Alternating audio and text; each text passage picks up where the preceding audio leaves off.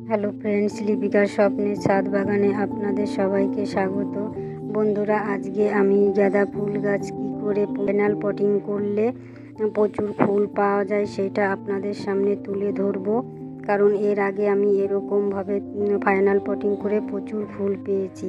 তার আগে আমি পেয়ারা গাছের দ্বিগুণ ফলন পেতে আমি কী সার প্রয়োগ করব আপনাদের সামনে তুলে ধরবো।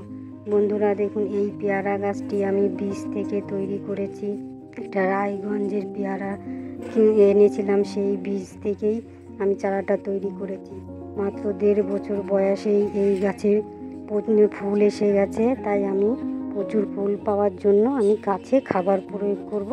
আপনারা দেখুন আমি কি খাবার প্রয়োগ করি।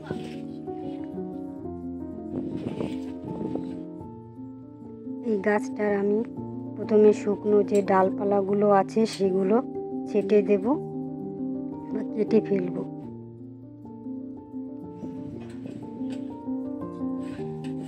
কেটে ফেলে গুঁড়ার যে মাটিটা আছে একটু খুঁড়ে নেব। কারণ এই গাছটা প্রথম থেকেই আমি পিঞ্চিং করতে করতে গাছটা ঝাঁকড়া করেছি। দেখুন কত সুন্দর ঝাঁকড়াও হয়েছে, হেলদিও আছে গাছটা। এখন আমি এই গাছটি মাটি কিছুটা খুঁড়ে নিয়ে কিছুটা মাটি তুলে নিলাম। তুলে নিয়ে তারপরে খাবার প্রয়োগ করব। কি খাবার প্রয়োগ করব সেটা আপনারা দেখতে থাকুন।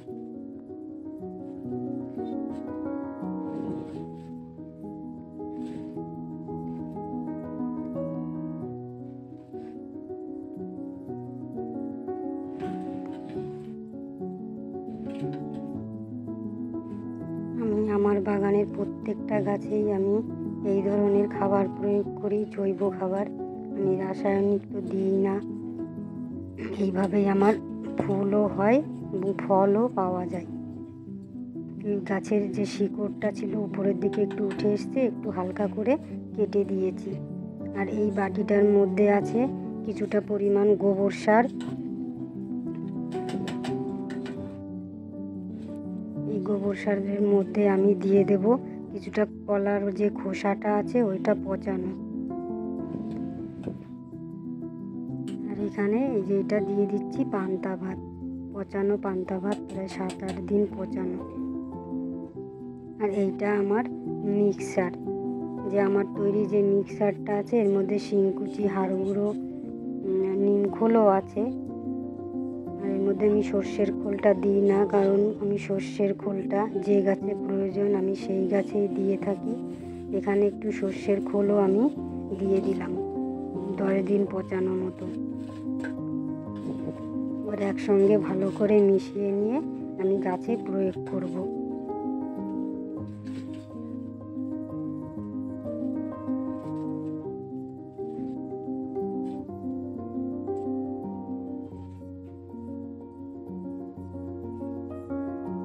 চারিপাশে ভালো করে দিয়ে দেব।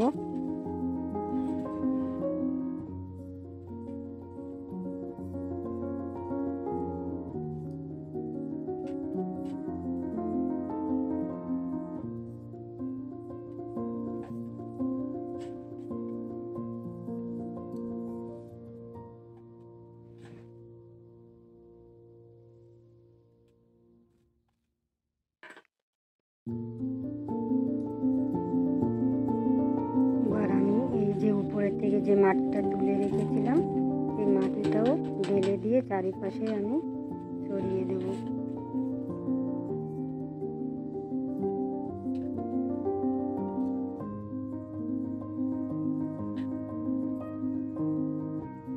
এই গামলাটায় যে খাবার ছিল এটাকেও আমি একটু জল দিয়ে ধুয়ে গাছের গোড়ায় দিয়ে দিচ্ছি।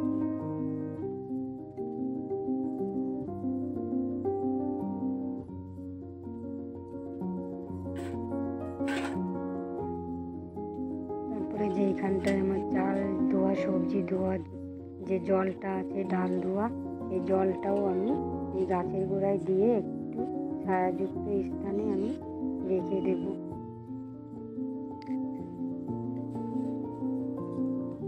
এই জলের মধ্যে আমি একটু এপসম সল্টও দিয়ে দিচ্ছি, কারণ এই যে হালকা একটু শিকড়টা কাটা গেছে, যাতে গাছটা আঘাত না পায় আর গাছটা সবুজ সতেজ থাকে। তার জন্য এপসম সল্ট চামচ মতো দিয়ে আমি গাছের গোড়ায় ঢেলে দেব। একটু ফাঙ্গিসাইডও দিয়ে দেবো।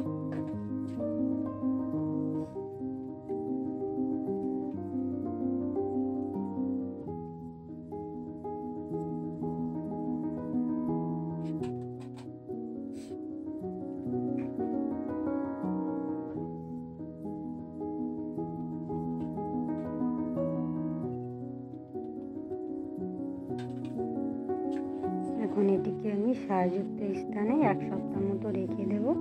তারপরে রোদ্দুরের যেখানে রোদ পায় সারাদিন সেখানটায় আমি আবার রেখে দেব। এরপরে বন্ধুরা আমি চলে এসেছি যে গাঁদা ফুল যে ফাইনাল পটিং কি করে করলে প্রচুর ফুল পাওয়া যাবে। এই যে আমি টবটা নিয়েছি, এটা 10 ইঞ্চি টব। এই টবের মধ্যে আমি দুটো বড় টব, তার জন্য আমি দুটো চারা একসঙ্গে প্রতিস্থাপন করব। এই সব চারা আমার নিজে হাতেই তৈরি। আর এই টবের মধ্যে কি করে প্রতিস্থাপন করি দেখুন। এই যে টবের মধ্যে যে ছিদ্র আছে, দুটো থাকে, কোনোটায় 3টেও থাকে। এখানে আমি সেই ছিদ্রগুলো ভালো করে বন্ধ করে নেব, যাতে ড্রেনেজ হোলটা ভালো থাকে, জল চলাচলটা করতে পারে। এবার শুকনো পাতা কিছুটা দিয়ে দিচ্ছি।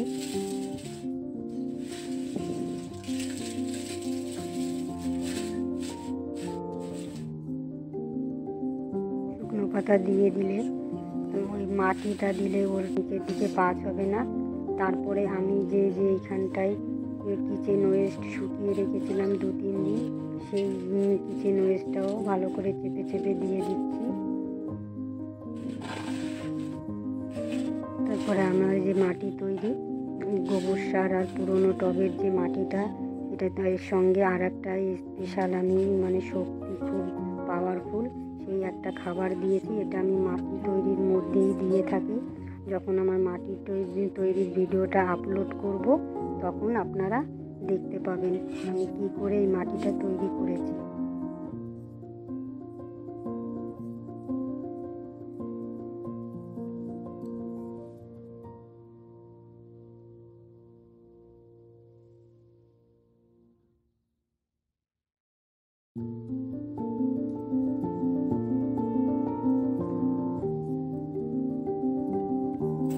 এই মাটিটা আমি চেপে চেপে দিয়ে এবার গাছ দুটোকে বের করে আমি প্রতিস্থাপন করব।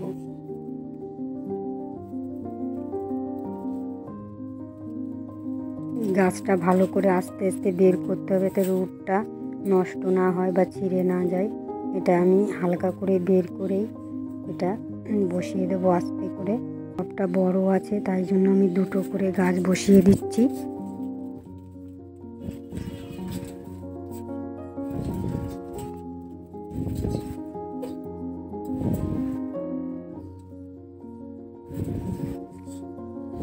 শিকড়ও হয়েছে খুব। আর এই গাছের গোড়ায় একটা টমেটো চারাও আছে, ওটা রেখে দেবো, ওটা আর ফেলবো না, এরকম আমি রেখে দিই। আর টমেটো চারা থেকে আবার টমেটোও পাওয়া যায়। এবার মাটিটা কিছু পরিমাণ দিয়ে দেব।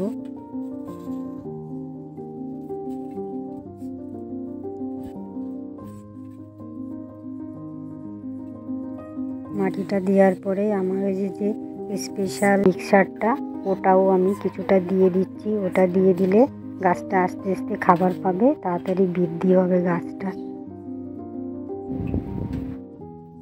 আমার এই প্রতিটা গাছ পিঞ্চিং করা আছে। আবার যেটা দেখছি 2 পাতা কি 4 পাতা হয়েছে আমি তখনই পিঞ্চিং করে দিই। প্রচুর পরিমাণে ব্রাঞ্চ আসে এবং প্রচুর শাখা প্রশাখা হলে ফুলও পাওয়া যায় বেশি।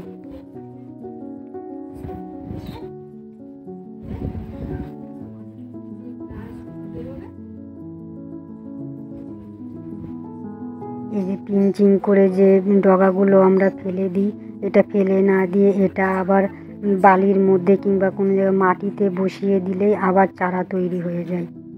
আমি এরকম করে প্রত্যেকটা চারা আমি এরকম করে তৈরি করি। এবার আমি জল দিয়ে এটাকে ছায়াযুক্ত স্থানে রেখে দেব।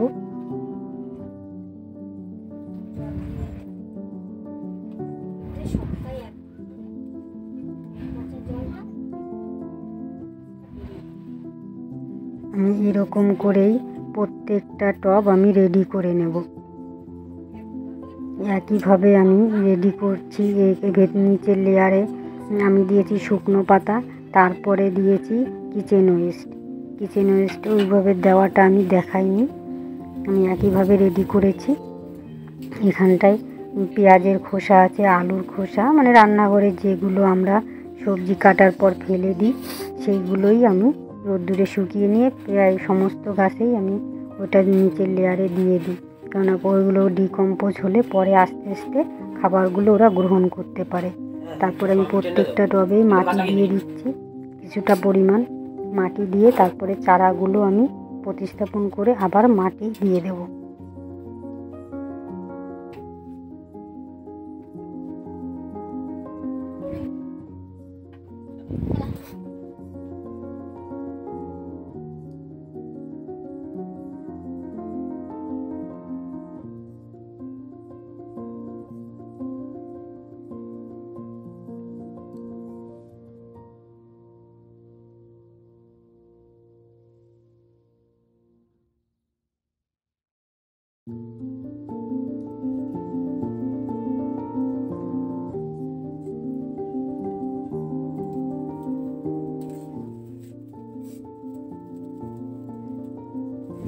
আমি একইভাবে প্রত্যেকটা চারা আমি বের করে বসিয়ে দিচ্ছি। আর এই যে বালতির মধ্যে আমার রাখা যে মিক্সার, ওই মিক্সারটাও প্রত্যেকটা টবের মধ্যে একটু দিয়ে চারাটা বসিয়ে দিচ্ছি। তারপরে আবার পরে উপরের দিকে আর একটু দিয়ে দেবো।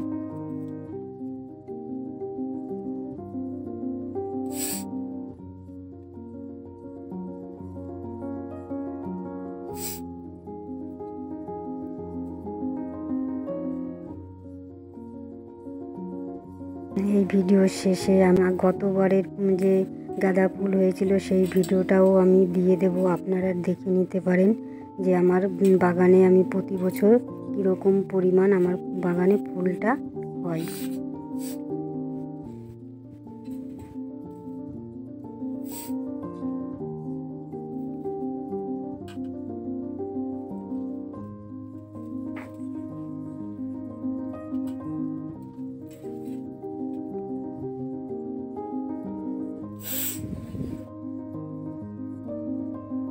মাটি দেওয়ার পরে আমি আবার এই যে আমার যে মিক্সারটা ওটাও ভালো করে দিয়ে একটু মাটি দিয়ে দেবো।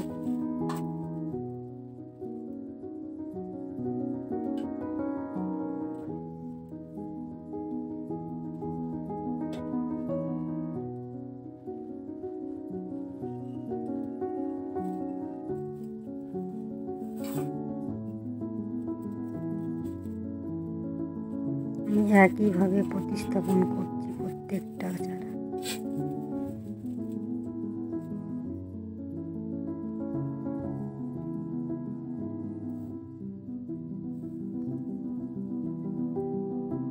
দেখুন বন্ধুরা, এই পিঞ্চিং করে ওই যে ওই ডগাটা আমি মাটির উপরে দিয়ে দেব। ওটা পরে চারা তৈরি হবে, আমি অন্যটা জায়গায় প্রতিস্থাপন করব।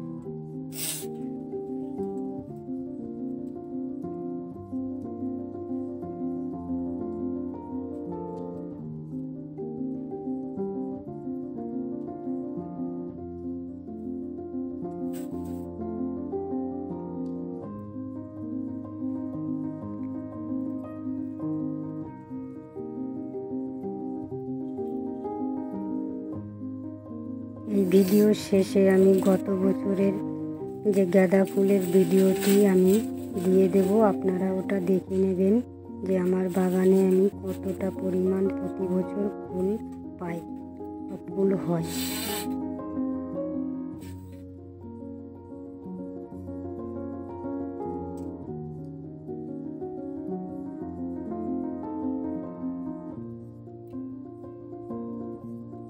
বন্ধুরা, আপনারা এরকম করেই গাঁদা ফুল গাছগুলো প্রতিস্থাপন করবেন। দেখবেন প্রচুর ফুল পাবেন।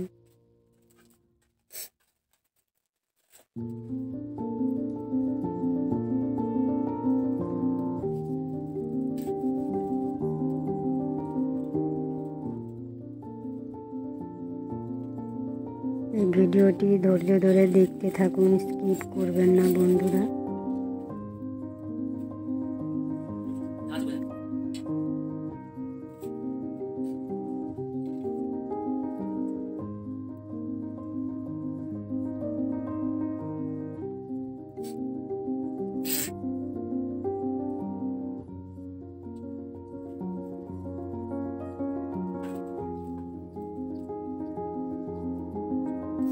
এটি আমি ছায়াযুক্ত স্থানে ভরপুর মাত্রায় জল দিয়ে রেখে দেব, রোদ্দুরে শিফটিং করব।